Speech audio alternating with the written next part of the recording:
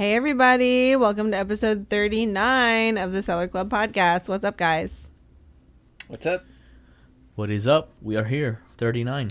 We are here, and we're here for a special reason because we get to make a really cool introduction today, which we love to do on occasion. Do you guys know who it is? Oh, of course we know. Just checking. Well, I think I'm personally very excited for this conversation. Just because, I'm a numbers guy. So there's a tip. I mean, I know Glenn too, right? And this new thing that we're going to be talking about might help Glenn to get rid of his abacus and his pen and paper. At long last, yes. And really, what we want to introduce today is an awesome bookkeeping software designed just for sellers. It's called Seller Ledger. But we're not just going to introduce you to a product. We want to introduce you to the person behind the product because, y'all, this is our new sponsor, Seller Ledger. And we're going to have a great conversation with CEO Kevin Reith about it. Exactly. So without further ado, let's drop that.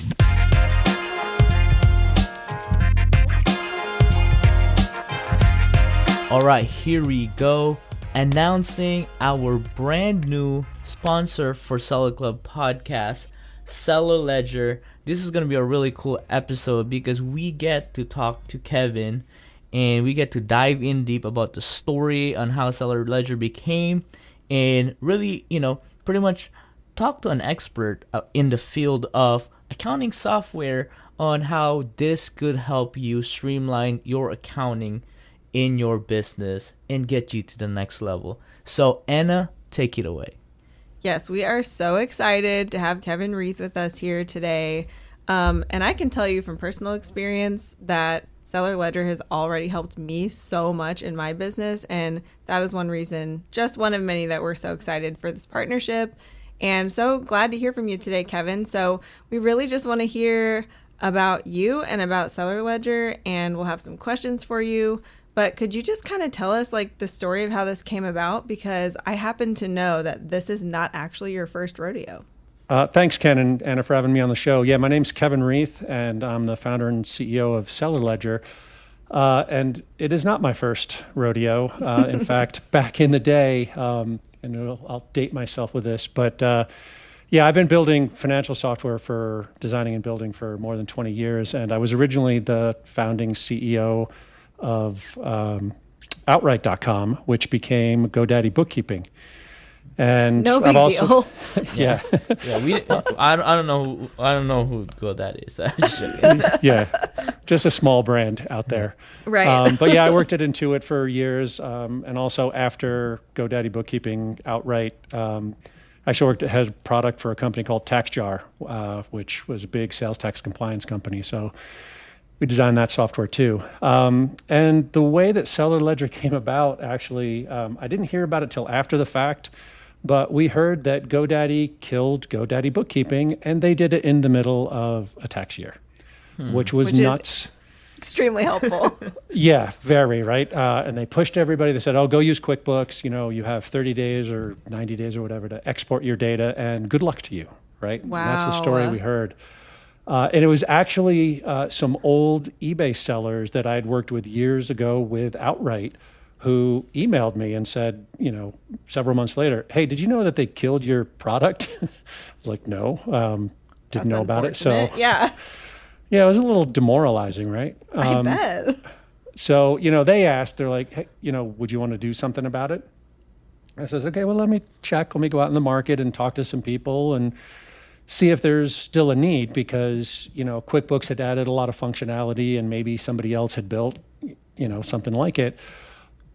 I even went on some of the eBay boards and just put it out there and said, hey, saw what happened. We're thinking about building something kind of like it. Would you like us to do so? And the feedback was very encouraging and positive. So we jumped on it, and we probably had a working prototype with eBay integration up in about 60 days. Oh my gosh. And we launched probably 30 days after that, and we've been running around with our...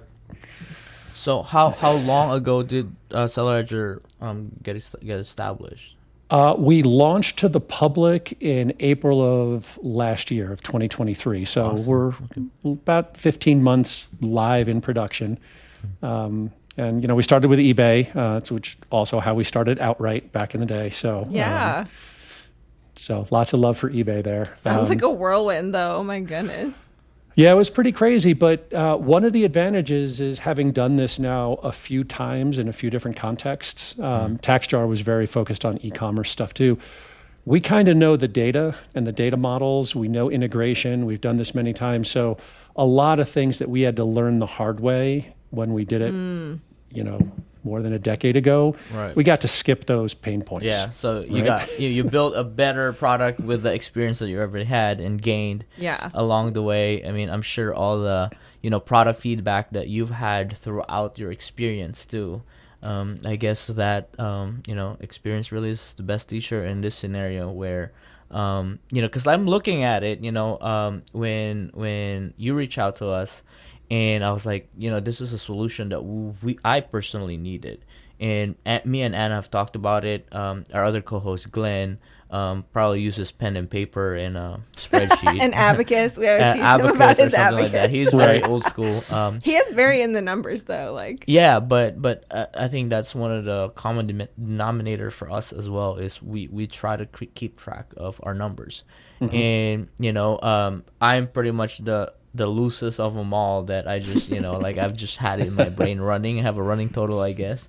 But the product is very simple, and I want you to talk about how it's you simple just to use. It's simple to use, right? I'm sure it's very complex on the back end. Yes, that's true. But what I like about it the most is the integration of the bank statements on how it pulls all the expenses, because we've heard this, just use one card or a debit card or credit card, put it in there, that way all that will be, but at the end of the year you still have to sort it. Yeah, that's you have to categorize, right? That's me sorting and adding, which my wife loves adding stuff and everything like that, so she's like, okay, I'll do this. But I was like, there has to be a better way. So talk about I mean, maybe I guess the design on why this is the workflow that it is right now. What have experience taught you about just talking to other sellers that maybe are not so well versed with accounting, or just don't like dealing with it until tax day? Yeah. So it's funny. One of the big things we've noticed is technology, it advances so quickly that software has gotten smarter, right? So interestingly, eBay's API, once they rolled out managed payments years back, it used to be everything came through PayPal. Oh, Yeah. Now with managed true. payments, and we've told their development team how cool their API is now versus what it was. So, there probably aren't too many people who've seen the before and the after. Right. So just to see how much easier it is to work with them. So Oh, that's man. helped a lot. The same thing with the banks and credit cards and stuff like that. So the software has gotten better, which makes it easier for us to start from there and then bring our expertise in. And our expertise is we know e-commerce. And so we can grab all of that e-commerce data from any platform, and we know what bucket to put all of the data in for your Schedule C tax form, right? So you're Right. already, everything you're getting from eBay and Etsy and stuff like that, that just shows up now on your Schedule C. So then all that's left is, like you talk about, how do you classify kind of your bank statements, credit cards, things like that. And this is another area where software has gotten smarter over the years, including us. And we learn these techniques around, you tell us once, we remember. So, when you go and you buy your inventory, you're sourcing from one place and you tell us, hey, this is inventory. The next time you make a purchase and you buy more inventory from that same place, we know it's inventory. So we just put it under inventory, right? So Yeah. your work over time just shrinks. Well, and it's July right now. July, August. Can flag that. It's going to be August when this comes out. Let me say it's August. Sorry. You're good. Okay. It's August right now. And so, we want to encourage everyone, of course, to go try a seller ledger. We're going to talk about that a little bit more later. But, for someone coming in midway through the year going, oh my gosh, if I kind of switch or try this out now, I'm going to have 8 months of data or 7 months of data to categorize. what can you say to that person about the ease of getting started? Certainly. So first thing we would probably tell them is don't worry about the first part of the year and feeling behind or trying to tackle that. Probably the most important thing is just look going forward. So for August, just start with being able to answer 2 questions, right? Like what were my sales for the month? What were my expenses? Because at the end of the day, bookkeeping is really about either for the government or for yourself telling you, are you making money? And like demonstrating it, right? So rather than thinking about it as this big problem that you have to solve for the whole year, just bite off. And that's why we offer everybody a 30-day free trial, right? Just come in and try it. And even if you're if you're a brand new seller or something and you're just feeling overwhelmed, you can start, like you talk, with an abacus or pencil and paper and stuff, but try it for 30 days. Like, how do you answer that question of how much am I making, right? How much is coming in? How much am I spending? And then as you're doing that, maybe write down, like when you get to the end of it, write down what were all of the steps to get that information, because that basically is your bookkeeping system. That's great right? advice. And this is especially true for people who have kind of manual processes or their data's in different places. Write it down and look at it. That is, whatever it took to answer those questions, that's your current bookkeeping system. Then maybe that helps you to think of ways that you can streamline it and reduce effort and do stuff like that. And that's where we invite people to try the software. And there's no credit card, right? It's like, come in, try it, and see if it works for you. If it doesn't, that's cool. Or if it doesn't add enough value, that's okay.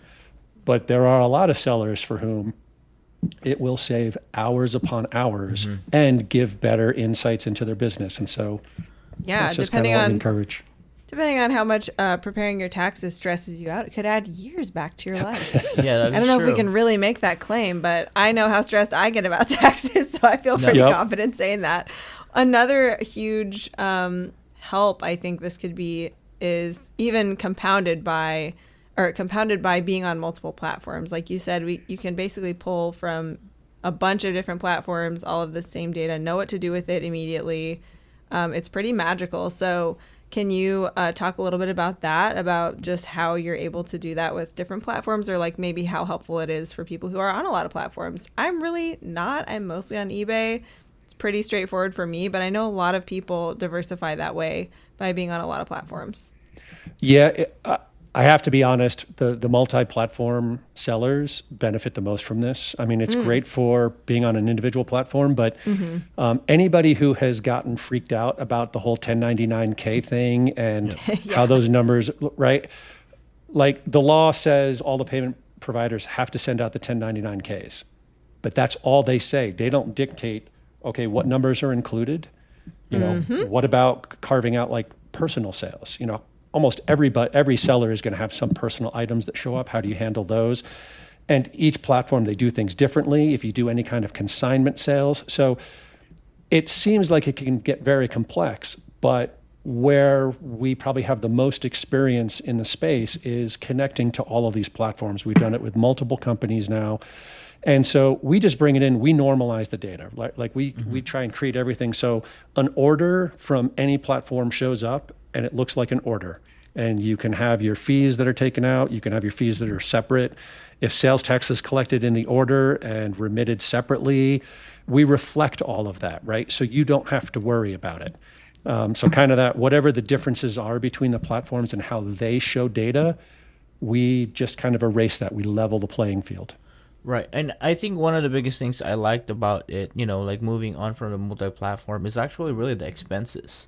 Being able to categorize these certain expenses, because, we've thrown the word Schedule C around here. Kevin, can you, for somebody that's listening, what's the Schedule C? That's a great question, and I probably shouldn't have thrown that jargon out right off the bat, right? Well, I'm glad you did, though, because that's my favorite part of Seller Ledger, spoiler alert, but go ahead and tell us. So the Schedule C, it's the part of your tax return that you file if you make any kind of business income. And so and it's mostly for sole proprietors or people who have LLCs that are what are called pass-through entities, which is basically they tax you like you're just a person. Right. Right. And so it's not a separate tax return you file. it's the equivalent of if you were to if you're an investor and you sell some stocks and you have some gains on stocks, that's a Schedule D, right? Yep. So this is a Schedule C is for business income. This is where you report it, and like I mentioned before, it really just asks to calculate your profit. It asks what are your total sales, what are your total expenses, and then they do ask you to break it down in a little bit more detail, right? And so that's, I think, where the bookkeeping nature of it, the organization of it. But there's, how does the government want it reported versus how do you like to look at your data, right? Yeah. So, and I think, now that we've defined Schedule C, I'm going to steal Anna's favorite part of it. It's my favorite too, because I'll fight you for it, Ken. Because here's the funny thing. I'm the guy that, when we're out traveling, Anna's experienced this, and I was like, oh, here you go. Write off, we throw that word write off, right? And this is where it goes. I mean, to be honest with you, if it has anything to do with your business and you've accrued an expense on operating your business, it goes here. So, if you're on top of it, you're actually, if you're not trying to fake anything, you're gonna pay less in taxes because there are provisions that this certain things operating your business would make you pay less in taxes. So I think that's what I like about it here. And I'm just looking and scrolling. It's because I know a figure how much I paid for travel last year and the previous year, and I'm looking at my travel this year. It's oh, it's really low. And that's because we've had a conversation, and everybody that's been listening is I haven't been traveling this year a lot. I haven't been going to different states to buy different inventory. A lot of them, are within my state. So, which is very, interesting. I mean, insurance is part of it, right? You could write those off, and it's in the Schedule C. It's under your expenses. And what I like about it is just the cost of goods sold side of it too, because when I buy certain things in cash, right, I withdraw from my bank and then I just categorize it as cost of goods because I don't carry cash for anything else. But when I carry cash, it's for buying cost of goods. So those certain withdrawals, I just categorize it as cost of goods. So I think, Anna, if you have anything left, I do. After Thank you very much. All of it, you have at it. You tried. Okay. Well, I just want to describe this a little bit more for our listeners. So what this is, there's basically a page in your Seller Ledger dashboard, in your setup. There's a page that's your Schedule C, and it's not necessarily a report that you have to download that's static. It dynamically changes and updates as all of your transactions are imported and categorized. And that, to me, is the absolute secret sauce, because you can go and look at a snapshot of your business, at any point. And like Ken's saying, looking at, your different categories of expense that are accruing through the year, that might really inform. I mean, I know for me, it totally does really inform my decisions about other upcoming expenses in my business. Or, oh, wow, yeah, this year travel's way lower than last year. Maybe I want to push a little harder in some of these other categories to reinvest in my business in certain ways. And that dynamic, constantly updated Schedule C page is just so incredibly informative for that. It can literally drive decisions about your business, even just looking at it at the end of every quarter. Okay, how are you going to refocus, readjust, incorporate this information into your goals for the next quarter? I think it is awesome. I love it. So genuinely thrilled about it. Yeah, the story behind that, the reason why we created that is just years of learning that as much as there's all this advice out there about doing accounting and bookkeeping for insights into your business and things like that, the biggest driver is end of year taxes, right? Yeah, and totally. this is the form that the government asks for. And so we designed the software, and part of why we give everybody 30 days, and we will go grab it as soon as you sign up. We'll grab 90 days worth of data for any account that you want to connect. It's cool because, like you said, it's this dynamically updated page. So as soon as you sign up for Seller Ledger, no credit card, you connect your first eBay account, you can go in and your Schedule C has started to populate. right? And then it's also this great reminder for sellers that says, okay, is there information that's not in here? Well, if that's from another account that you have, go connect that right now. So you Right. connect, start with your eBay account and then say, well, let me go put my banking account, my checking account or savings accounts in here. Okay, and now my Schedule C is even more complete. Right. Okay, let me add my credit card. Where else am I conducting business, right? Where is some other information? And you add that and your data gets more complete and closer to, all right, this is what it's going to look like at the end of the year. So that's kind of the theory. I love it so much. I can't even tell you. I used to be like Glenn with my abacus, right? I can't even tell you like how many hours of my life. I mean, not recently. I've gotten better and better over the years. But still, I pretty much prepare all my own numbers, hand them to a tax professional to like give it a good once over and submit it for me. Like that's kind of how I operate at tax time. And I know a lot of people do the same thing, or they toil away and try to do their own stuff through TurboTax, which has always freaked me out as a business owner. I'm like, but there's little things that change every year with tax law, So I just really appreciate having such complete data. And, I probably still will have a tax person help me and make sure everything is good to go. But I will feel so much more confident, like handing all of that over and not having to spend, I can't even tell you how many hours on compiling all that stuff that I can now spend like in my actual business or, chilling, not working in my business, enjoying my life. So I would say my April 13th will be a really relaxing next year already, because that's literally like I shut down 13 and 14 and submitted at 14. April 14th. I'm just Mr. Last Minute guy, but I've used TurboTax all my life here, and it is just kind of like the Schedule C here just won't make me input everything easier, rather than having it in a piece of paper on the totals of everything there. But I think I think there's just so much benefit to being able to know and keep track of your numbers, and this software is there to streamline and pretty much polish the process, and if you're not really into it, actually set you up for a good foundation moving forward, because like what we do here in Seller Club is really trying to elevate you to the next level. Whether you're starting or you've been doing this for a long time, I truly believe that there's always going to be a software moving forward in our life that we're going to have to adapt and integrate it. And I think, for us in our podcast, right, we've had to learn editing softwares that we've had to do pros and cons. Back in the day, this was not available. So everybody had to do analog recording. Now there's digital recording. Now we can record in 3 different states at the same time. And that's kind of just like how I see it. Whether you like it or not, it's going to evolve. And what we're here to tell you is Seller Ledger is here to solve your your bookkeeping streamlining process for your business. So, we're definitely going to be talking a little bit more about in-depth things about different tips that Seller Ledger through Kevin can share in the upcoming months. But before we go and before we talk about more other things, why don't we go to the lightning round? Yes, we have a lightning round prepared for Kevin. Haha. Let's do this. Yes, because everybody starts in a different place. Everybody comes from a different angle with their numbers, and certainly there are a lot of mysteries that are involved in running a business, but your numbers should not be one of them.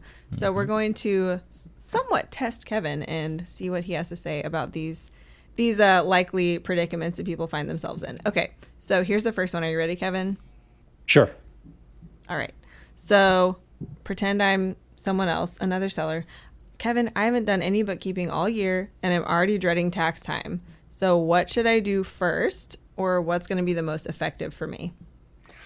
So the first thing, rather than worrying about the whole year, right, is just start with where you're at today. And like I mentioned earlier, try and answer the questions of what are your total sales across, if you're one channel or multiple channels, and then what are your expenses total? And, Ken kind of talked about it, right? That's a part where you want to make sure that you're writing off everything you possibly can. So try and answer those questions and then look at what the steps were to be able to answer that. And that gives you a sense of how much work is this going to be for the whole year, and Does that sound like fun, or does that sound terrible? It might surprise you. It might be super fun with Seller Ledger. Yeah.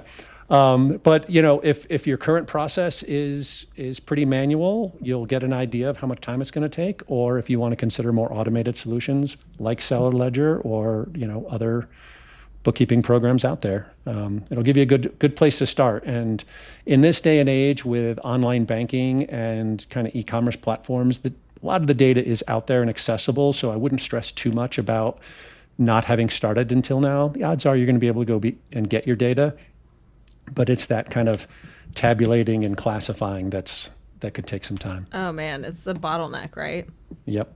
All right. Let's go on to our next one then. All right. Now I'm switching hats again here. I'm somebody else. And numbers make me gag. I'm a free spirit. How can bookkeeping software minimize the time and effort I have to give to the tyranny of measurables? Because I am not that person. So I've met so many people over the years who are exactly like that. Right. I thought that might be the case. Right. And great at, sourcing and finding opportunities or crafting, like great at running their business. It's common across a lot of small business owners, right? Yeah. The numbers are just an afterthought and stressful. Well, the good thing is, at the end of the day, financial management, accounting software, it's mostly addition and subtraction. Right? It's not super complex math, and computers are very good at tabulating. So that's kind of the power of the software, is the thing that you dread the most, computers are really good at. So really what it comes down to is you just need to be able to tell the software what different types of transactions were. So when you went and you bought something, you're outsourcing, tell us that it's inventory. If you're paying a bill for, utilities, say, oh, that was utilities. So, and you tell us once and we remember, right? So that's, instead of freaking out about the numbers are out there. Computers are good at adding them. Just answer the questions that you know how to answer that the computers don't. I love that so much. Your job is not about the numbers, actually. Right. Your job is you're just a knowing computer. where your money You're just is an going. input person. Yeah, exactly. Just answer to your boss, the computer, and just do your job and put the numbers in. And put that, categorize those transactions, or just tell us what they are. Tell us what you spent your money on. I like to think more that you're the teacher for the computer. You're teaching the computer, no, this is what this means. See, that's way more now empowering. Now go do my math for me. I like that. I'll take that characterization. Yeah. Okay, so last scenario here. eBay is the home of the accidental entrepreneur, and I'm sure that as we speak, there are some accidental entrepreneurs becoming, business owners. They may or may not know completely what's going on, but there's a lot of brand new sellers, right? There's a lot of part-time sellers. So I would like you to just speak to somebody who's a brand new seller who's selling part-time. What do they need to have in place to be good to go next tax day? So probably the number one thing that I would recommend is, even if you're just getting started, if your volume is low, the reality is if you do a few $100s a year in sales, the IRS wants you to report it. Right. So the easiest thing to get set up well is create a separate bank account. Go in and open a separate bank account that's just for your business. Even if the volume is going to be small, get a debit card. Make sure all of your payouts for any platforms you sell on go into that bank account. And as much of your purchasing that you're doing for your business, do it on your debit card. Right off the bat, keeping your business stuff separate from all of your personal stuff is going to save you so much time and hassle down the road, because trying to go through a single account and classifying is like, this is personal, that's business, and I can't remember all of that stuff. Just if you get in the habit, and again, with online banking these days, it makes it so much easier. Just have all of the data in one place that's separate. You'll be set up really well. I love that. I mean, a part-time business is still a business, and it needs its own home, right? Its own place to live and transact. And also, too, if it's just a part-time business, I'm sure it has showed some success. Right. So maybe it's just a little bit more time. Just add time to it to grow it a little more to make more money. So I think that's pretty good. Anna, thank you for that lightning round. Kevin, appreciate you for hopping in, and thank you so much for trusting Seller Club. Any last words that you want to tell our listeners? No, thanks for having us on. Other than just, hop on the website, give it a try. We don't sell too hard. We give everybody a free trial, no credit card. And I still do most of the customer support. So you can always email in with questions at, support@sellerledger.com. I'll do my best to help you out. Alrighty, so guys, I just want to remind everybody that's listening, make sure to follow Seller Ledger on Instagram, and also huge shout out to our other sponsor, eBay for Sellers on Instagram as well for some upcoming news. It's August, and we got more other eBay news to share to you, and you might see me and Anna together this month. You might. So, you might. Just so might. make sure you're following us because we're gonna have some giveaways soon in collaboration with our new sponsor, Seller Ledger. So there we have it. We will see you on the next episode. Anna, thank you so much for a great conversation today. Kevin, thank you for being here, and we will see you on the next one. Bye.